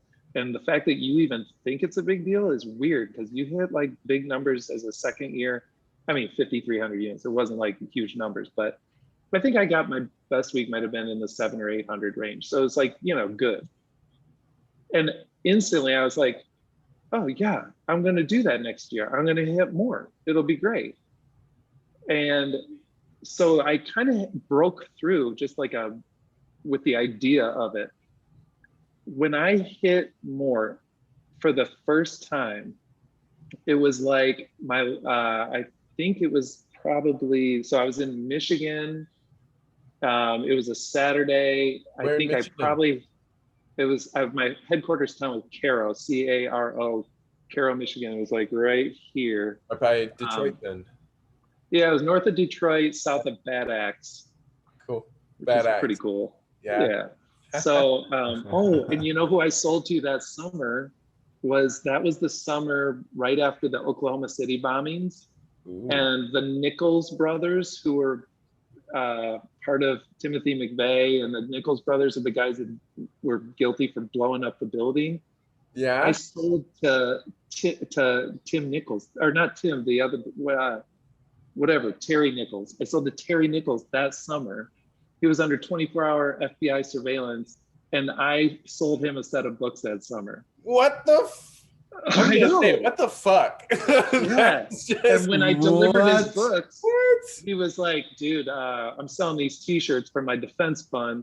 And, you know, you want to buy one? And I'll autograph it for an extra $5. So I have an autographed t-shirt from Terry Nichols Defense Fund. That's what it has, his address on the back. And on the front, it says, the rights you save may be your own. And then it's Terry Nichols, like, whatever. But anyway, But anyway. I digress. But that summer, I was hitting more, and I hit it on my last house. I think I would probably hit it around 8:30 on Saturday. And what made it so awesome, and I knew going into the house, and they had just the right age daughter. She was like a 10th grader going into 11th. And I knew this is like, I've been jamming with you know, rising juniors all summer in this area. So I was like, this is going to happen. We get down to the end, and the mom was like, well, look, this is a lot of money for us. And I know you want to go to college. And I know you've been saving all summer. And so like, I can't do it, but I will pay for half. And the girl's like, I'll pay for the other half. And I hit over 1,000. It was like 1,003 or something, you know? And I drove away from that house going, she wanted those books so bad. She was going to pitch in half her money.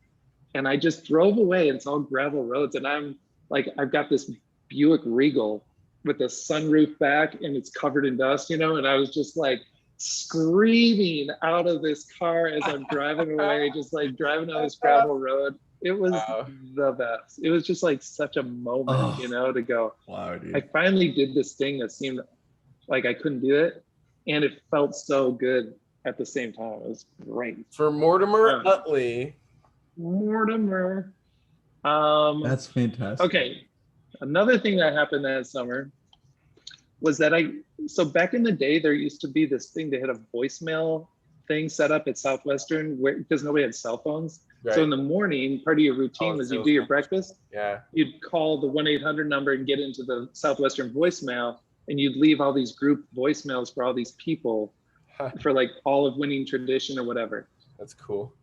Well, there was a day where I finished the day and I was like, wow, because I didn't keep stats like on a goal card. I would just use the back of my order book and just mark stuff down as I went.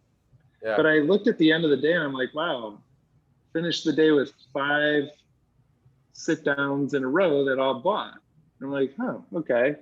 So I go out the next day and I did my stats the next day underneath that. And I finished the day's stats and I had 15 sit downs and 15 customers. And I'm like, whoa, that's like 20 in a row. Yeah. And so then I just kept going. And the next day I started off and I ended up with 23 sit downs in a row with no calls, no door demos, just 23 sit downs in a row that bought. And I felt like I was in the zone to the point where that last house on that second day, I literally said, somebody was following me. And this was what was weird. This guy, Jason Kolb, was following me. And he, as we were driving to the territory, he was like, yeah, so Craig told me that when I watch you, it might be a little frustrating because people are going to buy and nobody's going to object. Like all the objections that I get, they're not giving them to you, and they're all going to buy. And I was like, well, that's weird. And sure enough, he watched the whole day with every sit down saying yes, 15 customers.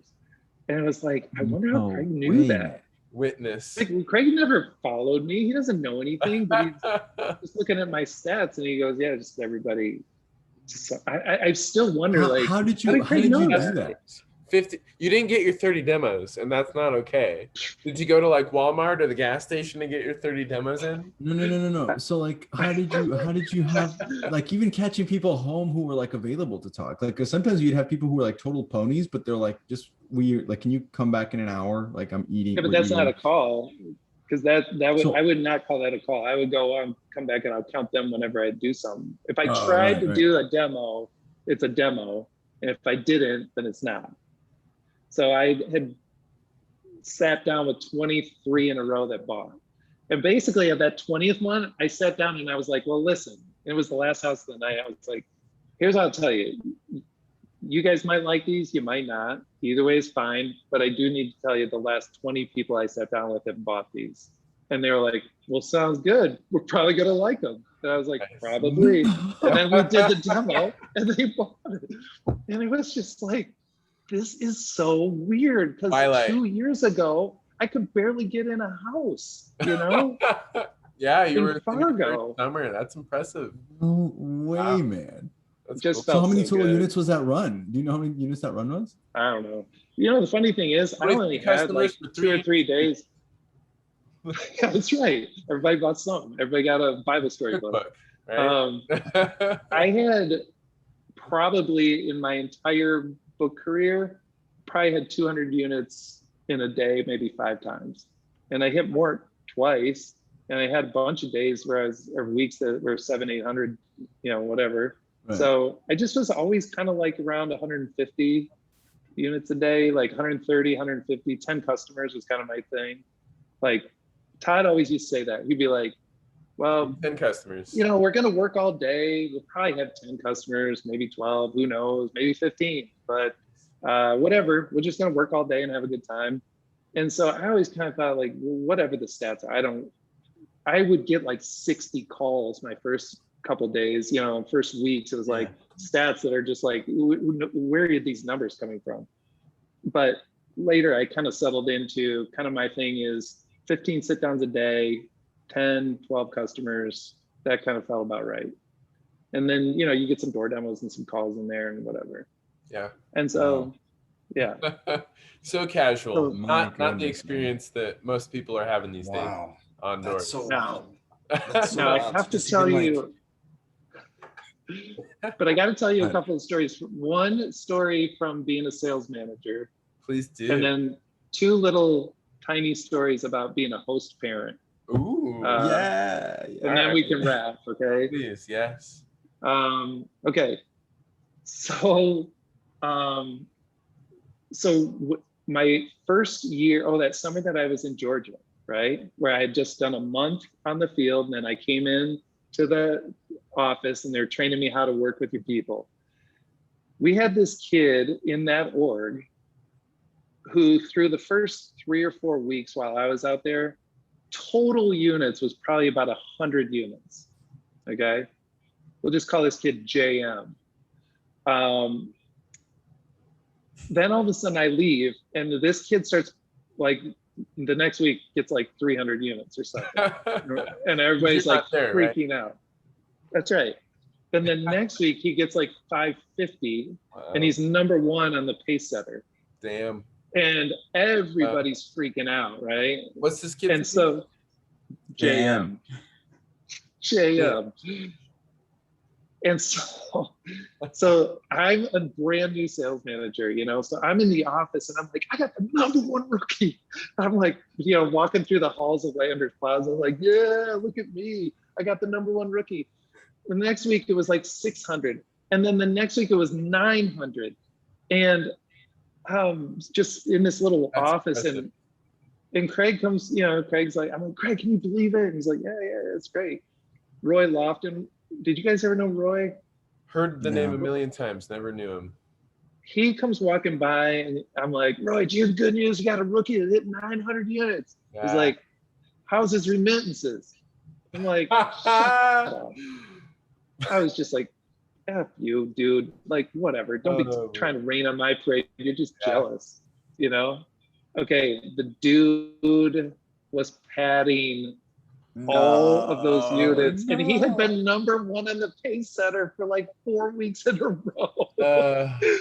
So I'm like a new sales manager, and I'm just like, hey, JM, where are those remittances? And then the stories just started pouring out, like, well, I got to do this and I got to do this. I'm like, okay, well, we're just quit selling books tomorrow.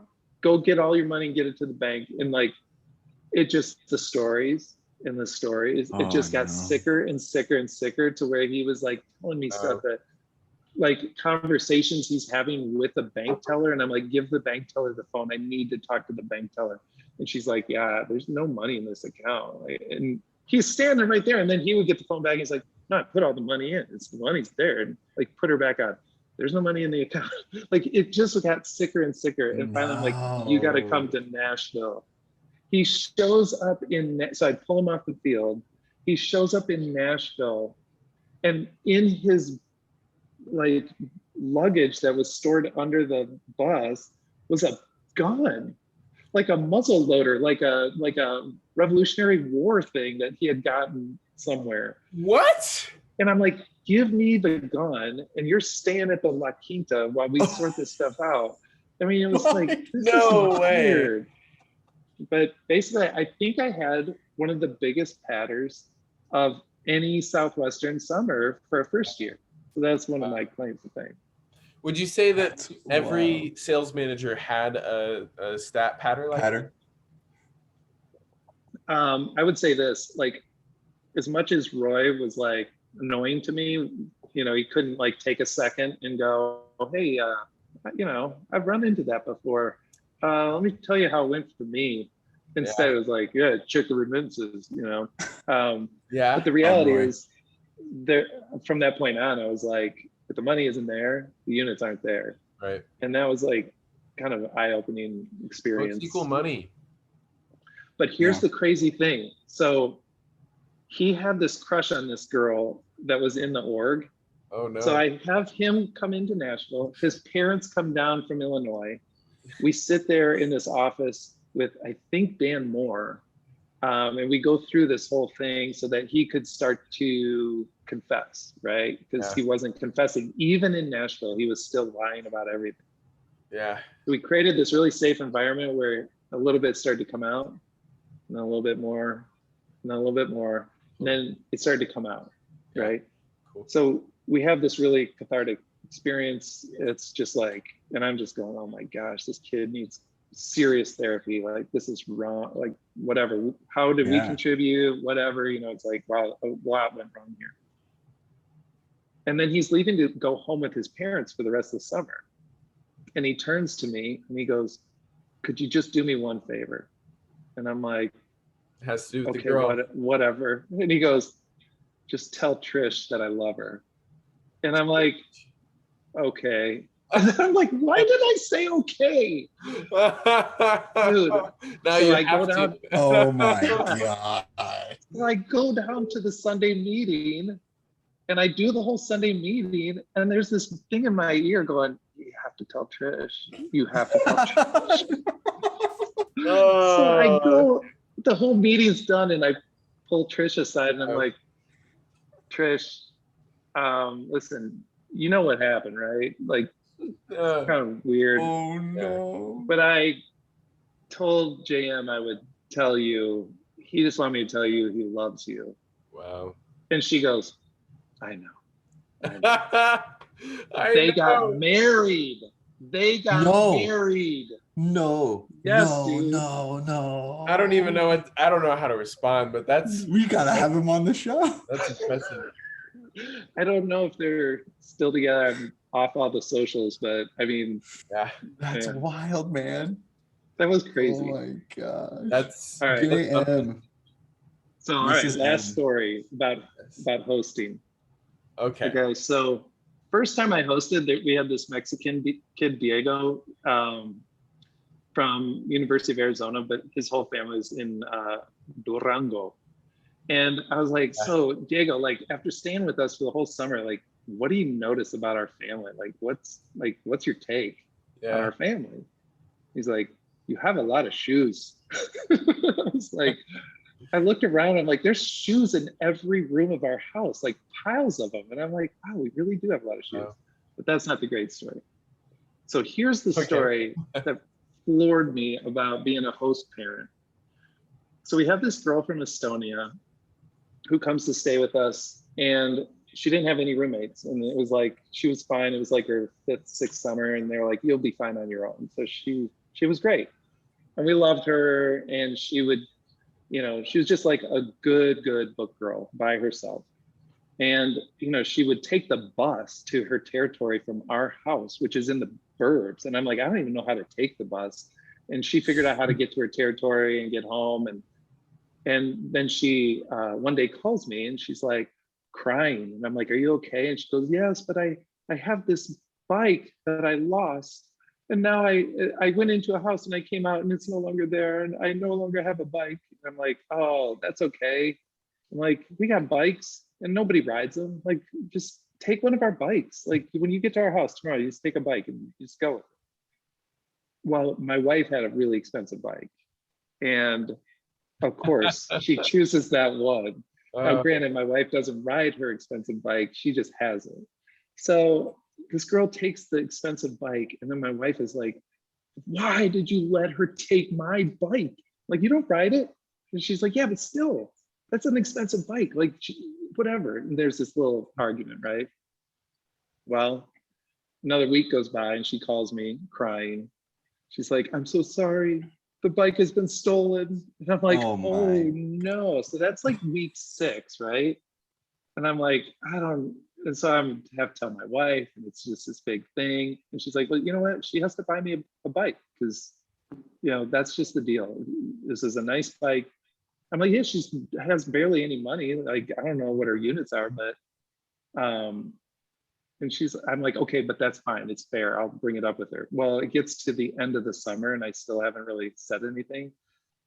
And she's like, look, I will buy you guys a bike. I will do it. I don't care how much it costs. I will get you this bike. And I'm like, okay, fine, do it. And just deliver the bike to our house and whatever. But the end of the summer quickly approaches. There's no bike. So I see that Dick's Sporting Goods is having a sale on bikes. And my wife is like, okay, here's the deal. We're going to get a bike and you can bill her and then that'll be that because I need a replacement bike. Yeah. So this is 6 weeks after the bike was missing. We go to the mall, and as we're walking up to the mall, I see there's a bike rack sitting outside of Dick's, Sporting Goods. And as we get closer, I'm like looking at one of these bikes that has a flat tire on it. I'm like, hey, Jenny, take a look at that bike. That's not going anywhere with that flat tire. And then as we start getting a little closer, I'm like, wait a second. Oh my gosh. That looks like your bike. And she's like, what? And we get up closer. I'm like, this is your bike. And I'm like, and she goes, yeah, that is my bike. Because you put that water bottle holder on aftermarket. Like that was like, that's the thing.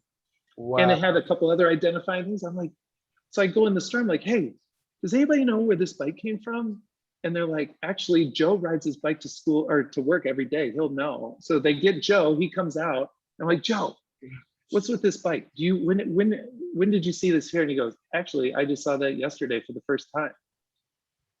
And I'm like, you're telling me this bike has not been here for 6 weeks and it showed up yesterday? And he goes, yeah, I saw it because I remember seeing the bike with the flat tire and blah, blah, blah. So I called her and I'm like, you're not going to believe it. We found the bike. Wow. And she's just dead silent. And I'm like, hello? Is that weird? And she goes, sometimes amazing things do happen. And I'm like, What? Oh. But that was that. We got the bike back. I didn't have to buy another one. What? All she had to pay for was a new tire. Wow. How weird is that? That's like the response there is like, was Did this she like an return episode it? of Ozark on Netflix? Yeah. Right? It was kind of like, wait, do you know something about this? Like, how did this happen? I feel like something happened. Like she might have sold it or something for money. Why did And he then it show up? ended She didn't know we I were don't even know, going man. to the bike store. That's interesting. I don't know. I'm just That's saying, wild. That was That's kind of a still pony. wild. That's a pony for sure, man. Whatever Pony. happened, you got it Yeah. back.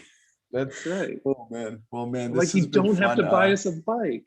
right. No, you're great, bro. This has been so crazy. This has been such a fun episode. I Yeah. miss this. We got to do these. I'm glad we're back. Yeah. I'm glad we're back. So there was Yeah. a little Yeah. hiatus there. Dude, So I've been moving. missing your show. Seriously. I'm like Yeah. listening to episodes where I don't even know people. And I'm like, do I have to try this dude? He probably isn't any good, but every episode's good. Oh, thanks. Yeah, yeah. Man, That's are weird. you excited for that Rosen episode? Dave, Are you having Rosen, him Dave Rosen. on? next Yeah, month, Dave Rosen's in a coming month, next in month. one singular month, we All will right. have Dave Rosen on Ponytails podcast. He is All our right. next scheduled podcast guest. We have another series of guests that we're trying to reschedule, and we'd love to get into our schedule like a great greeter plug, right? Todd We'd, McWhorter. we'd also Yeah, do Todd. well. Todd, you got to get on this. Oh, you know who else you got to get is Sheridan McDonald, dude. I can Yes, get you Yes, Sheridan. Oh, yeah. yes. We'd love to have Sheridan. Hey, Yeah. I Sheridan's always got good bring this stories. up because I try to stay conscious of it. We try to make sure it's a balanced gender ratio. Do you have any like killer book chicks that you Oh, yeah. recommend to have on the podcast? So you guys ever heard of Sarah Jane Barnett? It's Emma's older Yeah. sister. Yeah, actually. Yeah. Sarah Jane was the highest producing female that I got to work with. She crushed it. And Nice. she's the oldest of the Barnett clan. She sold in my group for probably 4 or 5 summers, like worked huge brick and like painless. At least that was my impression. She was awesome. Nice. Anybody She got else? a ton of kids. I'll find you some. All right. I'll Heck find yeah. you some. We'll get those referrals. Yes. So Oh my Yeah, gosh. Well, man, we've got Will and Andy, Will Metcher, Andy Laws. Andres is in Will's spot right now. So we'll get him and Andy back on the podcast. They had some health issues keeping them from the times we thought they would be on the podcast. Yeah. with us. So it's a reschedule on top of a reschedule on top of a reschedule. We're excited That's to have right. them on probably sometime soon. We don't even have it truly rescheduled, but we're trying to get other people on here like Sheridan, like Todd McWhorter, Grant. We would love to have Sarah Jane Barnett. Anyone else that you have been chatting with, Andres, or do we need to start fishing around for some more? We need to start fishing around, but we got plenty of people we can definitely get on here, yeah. for sure. But I mean, regardless of where it goes, I mean, we're here and this is fun and it's going to continue to go. There's no shortage of alumni. So Pat, thank you so much, man. I appreciate your time. And I know that you want to get to this game, but really you're just a busy guy. So just the fact that you took your time to hang out with us today was super awesome, super fun stories. Super And fun. we got to get you back on here. So just let me know Anytime. sometime in the future, we can get up an episode going. And because we got more stories to hear from you for sure. Awesome. So with that, I am Andres, Nick's my co-host, and we've been on with Patrick Roach. Go Suns or Bucks, whoever. Go whoever you're Bucks. listening. Fear the deer. Fear The the sun's here to deer. make you some bucks. Go sell solar. That's what I do. So, See you All right, guys. guys. See ya. bye.